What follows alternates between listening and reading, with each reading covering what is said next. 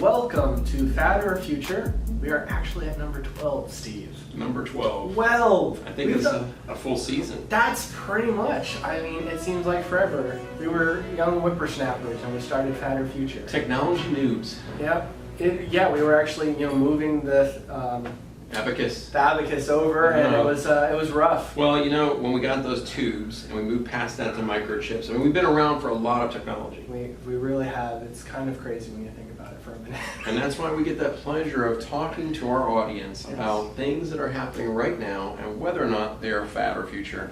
And today we got 3 topics too. Yeah. Oh yeah, it took us a little while to pick from the news we had to see what 3 we wanted. Yeah, we had to pare it down. Just pick the good ones. So we've got this idea of single sign-on platforms. Is that a fad or future? We'll talk about that. Software companies taking over the automotive industry, fad or future. And then our last topic is going to be about avatars in your business meetings, whether that's fad or future. So you want to kick us off? Absolutely. So the first one is kind of a crazy start of a conversation, really. It all happened, really bringing this conversation to the forefront this Monday, I believe, where actually a well-known indie developer of a game called Terraria, you might have heard about it, it's pretty popular out there. The developer actually went onto Twitter to complain very, very publicly that there is no way that he can regain access to his Google account.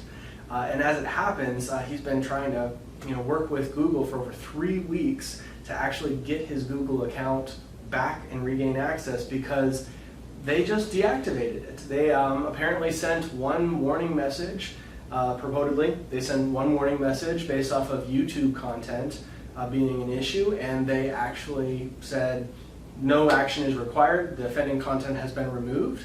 But then a few days later, the account was actually deactivated. And if it was just one guy, that would be a problem. But his little developer company has actually grown from just him. So where it's a whole small company that is now has a lot of hooks to this one Google account. A lot of things were still in his account's name and whatnot. And so when Google deactivated his account, it didn't just take down his Gmail. It didn't just take down one thing, one facet.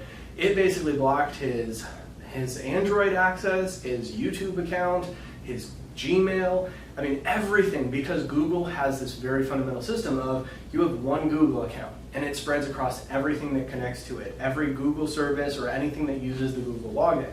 But it can go past that because now you can sign up for other services and use Google as your sign-in, right? Right. So would those things stop working too? They would, because that account would no longer be able to be authenticated against Google servers. So like if your bank lets you use Google as your sign-on or something like that, you mean I would not be able to go in and say, hit the Google icon and go in? Theoretically, you could get blocked. And the worst part is you have no access to any of those things. So if you're petitioning the whatever company, whatever account this was, you can't say, let me just go check my email for what's offending. Well, what's my website? So, I mean, I've certainly clocked my hours playing Terraria. It's a fun game.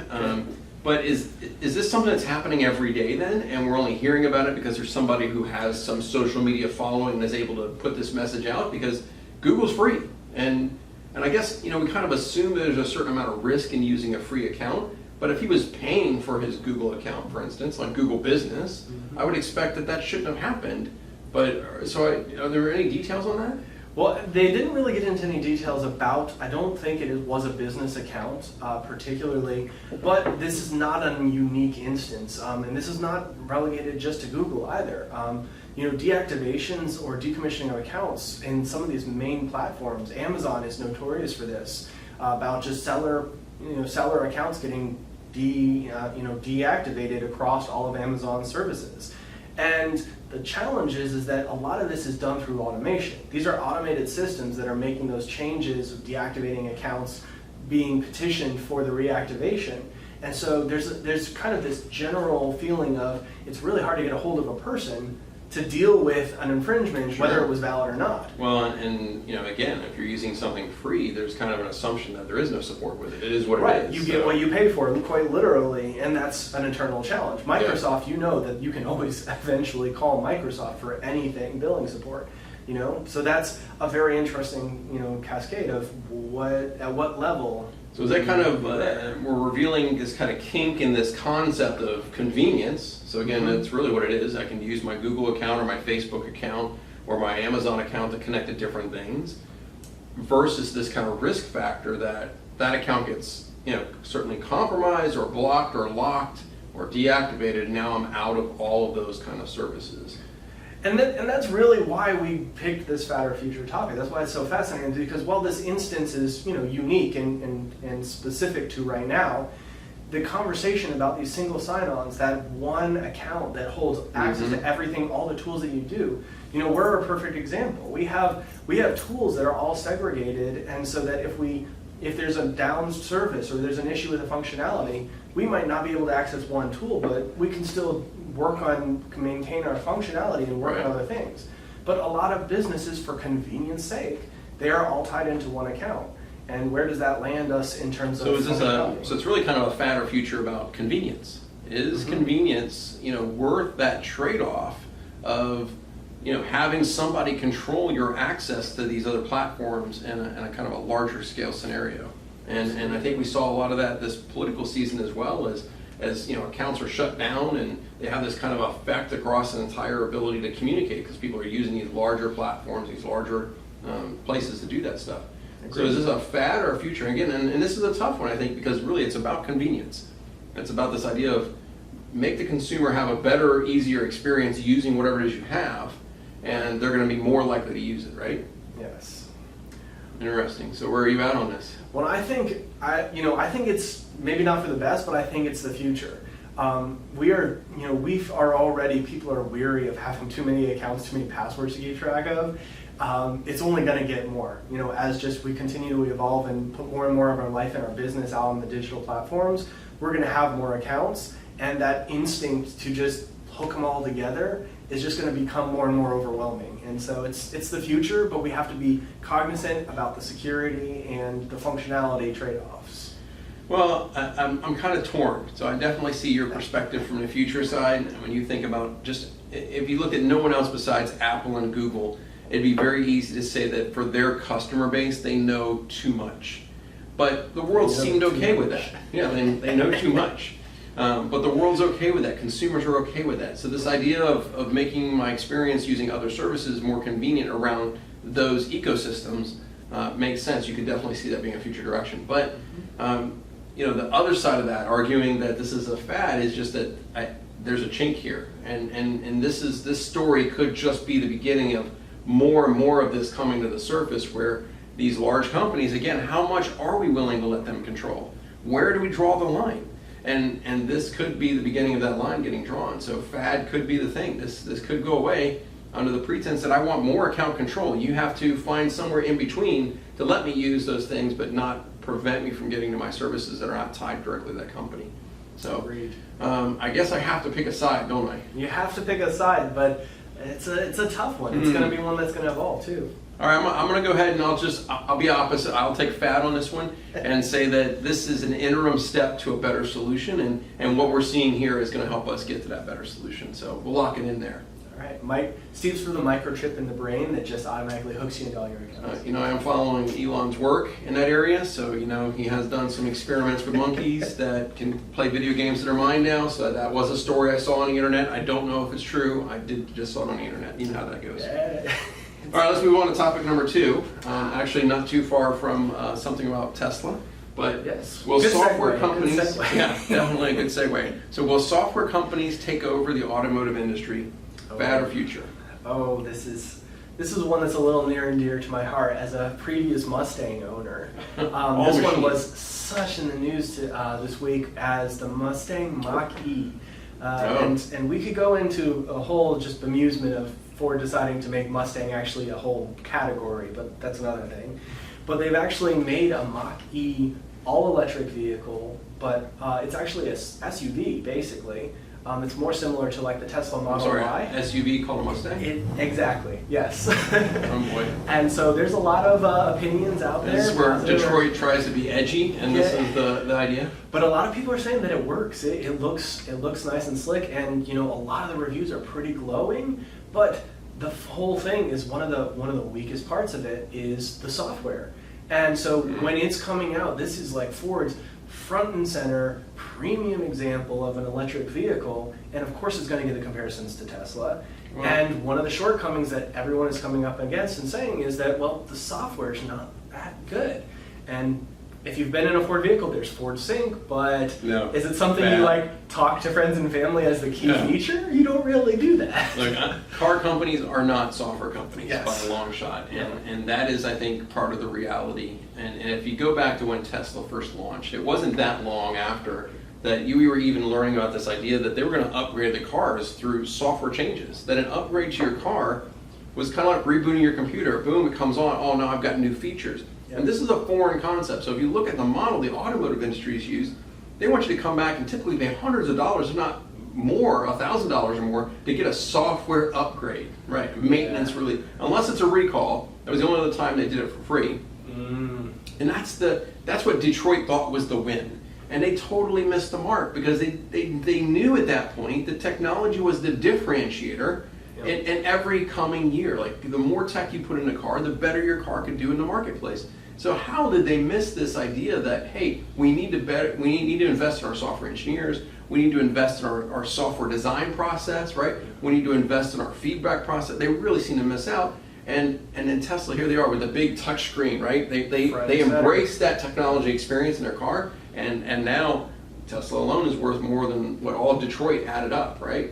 Well, and there's also an understatement of, okay, the technology being in the car is one thing, right? Being able to connect to Bluetooth, they're the latest and greatest streaming features, right? That's all wonderful. But when you're also talking about, we're at this point where critical core features of the car are going into the electric components. Your lights and your AC and like critical things are going into the system. It's like, do you really want like the mid-range quality software? But they were already chip controlled, They were already chip controlled, and now I'm just building an interface. We're building a user interface, as we call it. And it's funny because we see this in our industry working with our customers all the time. We can tell when we're working with line of business software that was built by engineers, right? Because it's usually not very intuitive. The icons are in the wrong place, or there's no icons at all. It's just menu options. Very engineer driven. That's what cars have always been, right? Until something like Tesla comes along. But really, we're talking about this today because one particular company is getting into the car game, and that news has been around for about a month now, right? Yes. Yeah, that is the other facet of this, is that the rumors just suddenly popped out of the middle of nowhere, but that Apple is purportedly getting into the car game. It's been a rumor for a while, but there's been apparently some serious talks about them getting involved with Hyundai or Kia, right? And actually setting up kind of this idea of they're really looking at moving forward and building a deal. Apple could buy a Hyundai or a Kia with their pocket change. Oh, yeah. And at that point, what are they buying? Manufacturing, so that they could do what? Put their software in. Absolutely. But let's ask the real question. Are there windows in an Apple car? And that's the end of the Fat or Future. Come on. Thank you. All right, Fat or Future. Are the software companies going to take over the automotive industry? I think, and see, this is the one that I was on the fence about, is that I don't think it's going to be that easy. But I think that the car companies are getting to the point where they're realizing the edge and the importance of the software in a way where they are so far behind that it makes more sense for partnerships and deals to come through. So I think that it's going to be the future where the software is going to become front and center. Like that is the feature, that is the live or die by standard in cars moving forward. Yeah. But it's not going to be that the makers are, the car makers are down and out. It's just that they're a partnership now. I have to think that at the end of the day, Wall Street's going to probably drive this. It's going to be who can build the capital. And when you look at the things that have happened for the new trendy things in terms of companies like Tesla, what Apple's talking about, investors will get behind that. So I think this could be the death knell of the old legacy companies, and you could see acquisitions happen. So I'm going to call future. I really think that when you look at autonomous vehicles, it's going to be all about the software. It's going to be about building standards. It's going to be about companies taking front positions there, and we're going to see tech take over the automotive world. So, Well, it's not going to be boring, that's for sure. all right, good deal. All right, let's move on to our last topic. And we're going to put the link for this one down below. And while you're down there in the link section, don't forget to hit subscribe and like to our videos. But But did you see the video on YouTube with the lawyer meeting with the cat? I did. It was beautiful. I just saw it when we were talking about this idea for this meeting, and I definitely started laughing, and it's pretty hilarious. Yeah. I think what makes it even funnier is not so much that there's an avatar of a cat talking, but that the guy has no idea how it happened. So do you have the background on this? Right. So I mean, this just happened. I don't remember exactly where, but it was actually just a legal meeting it was a local government meeting between a few lawyers on Zoom, and purportedly what had happened was the lawyer that was in question, I guess he was borrowing like his secretary's laptop where the daughter had been on, and she had put on some avatars, and so he gets into this meeting, this legal proceedings, and he is in the avatar of a sad kitten, and it's expressive eyes and everything, and so he couldn't figure it out, and so they got to a point where they had pretty much like given up, and they're just trying to proceed. And he's just like apologizing. He's like, I'm here, I'm really here, I'm not a cat. I'm not a cat. He says that on it. You have to watch, scroll down, watch it, and then come back. Just hit pause on us, go down, open a new tab, watch that for 42 seconds, or it's not very long, and then come back and finish this discussion, because it is funny. You'll be laughing for longer than the video, and then come back, because you have to appreciate it. But this is an interesting idea. So we've had this big push. All right, we'll give that a quick pause. Okay, now everybody's back from watching the video? Okay, give me that pause point. But we've had this kind of push, obviously with COVID and the pandemic, of using video meetings more often. But then there are certain people that just don't want to be on a webcam, right? Mm-hmm. Oh, there's a whole perception issue, because you have to be prepared. You are still a little, if you're self-conscious, it's completely understandable. You're staring at yourself in a screen, something that you don't normally have to deal with when you're just in a conference room or something. Right. And so there's that added pressure to be ready for a call that just might be alleviated by the idea of an avatar. And that's kind of where our conversation evolved from, is that, while this was kind of a hilarious hijinks, if you will, in the moment, but what does that mean for actually the future? Right. And an avatar is just in realism. So, and I certainly think for maybe millennials, not as much as Gen Z, but certainly that idea of an avatar is a very, it's been around for decades for sure. And representing yourself in a game or in a virtual environment. But when you look at virtual chat, what's happening with a lot of the Oculus type stuff, where you're representing yourself through that virtual world. Avatars have been around for a while, and they've become more popular, but this idea of doing it in a business context is really what we're talking about. So on the consumer side, like whether it's a Twitch or a streaming, you can see that kind of avatar thing there. It's easy technology to use, but seeing it in a business meeting, mind-blowing concept. Just didn't see that leap happening, but could it be the future? Well, and what's really crazy too is then you see, then you can start even seeing ideas merge together as the technology evolves, right? Avatars might have been around forever, but they have always been, a little bit comical, a little bit blocky, right? They're not realism. But then you have, like, I think it was Samsung last year during some of the virtual experiences and such. Right. But they actually promoted their AI and their virtual assistants, where they were having 3D representations, AI assistants that are AR and VR driven, that are hyper realistic for a person.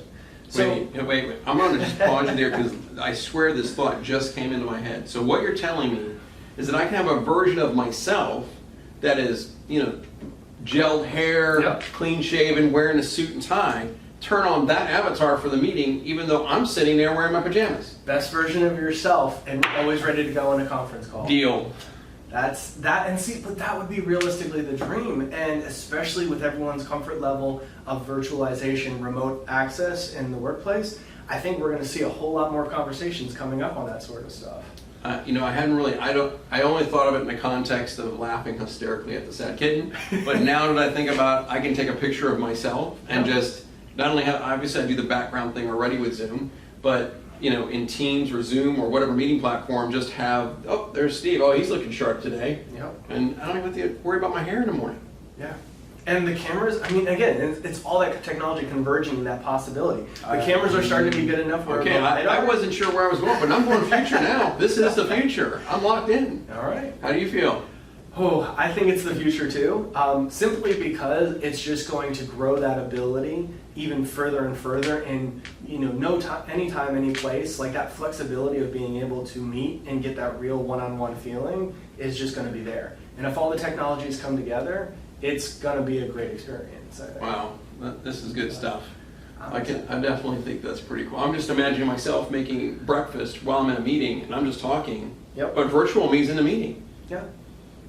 You could be eating pancakes but not have to worry about the maple syrup. I mean, that's the dream right there. Right. And my avatar is doing. But it's all good. Wow. So that's some good topics. So how did we end up today? So we ended up with single sign-on, split, future fad. Yep. A little contested. Okay. Software companies and cars, future and future. We were pretty much future. We're there, solid. A lot of tech coming that way, and I think 5G, again, we talked about that in previous episodes. 5G is definitely going to be changing that landscape. Agreed. And then down with the avatar discussion, future here. I think it's future. All right, well, there you go. There you have it. Thanks for watching. Please tune in next month for our next episode. And maybe we'll start a season 2 thing. I don't know. Maybe have some big announcements, maybe. Yes. I don't know. We'll see. Hopefully you like our new set. We're trying some different things out to keep improving our quality. So give us some feedback below. And again, please like and subscribe. We appreciate you taking the time to spend with us. And see you next time. Thank you. Bye.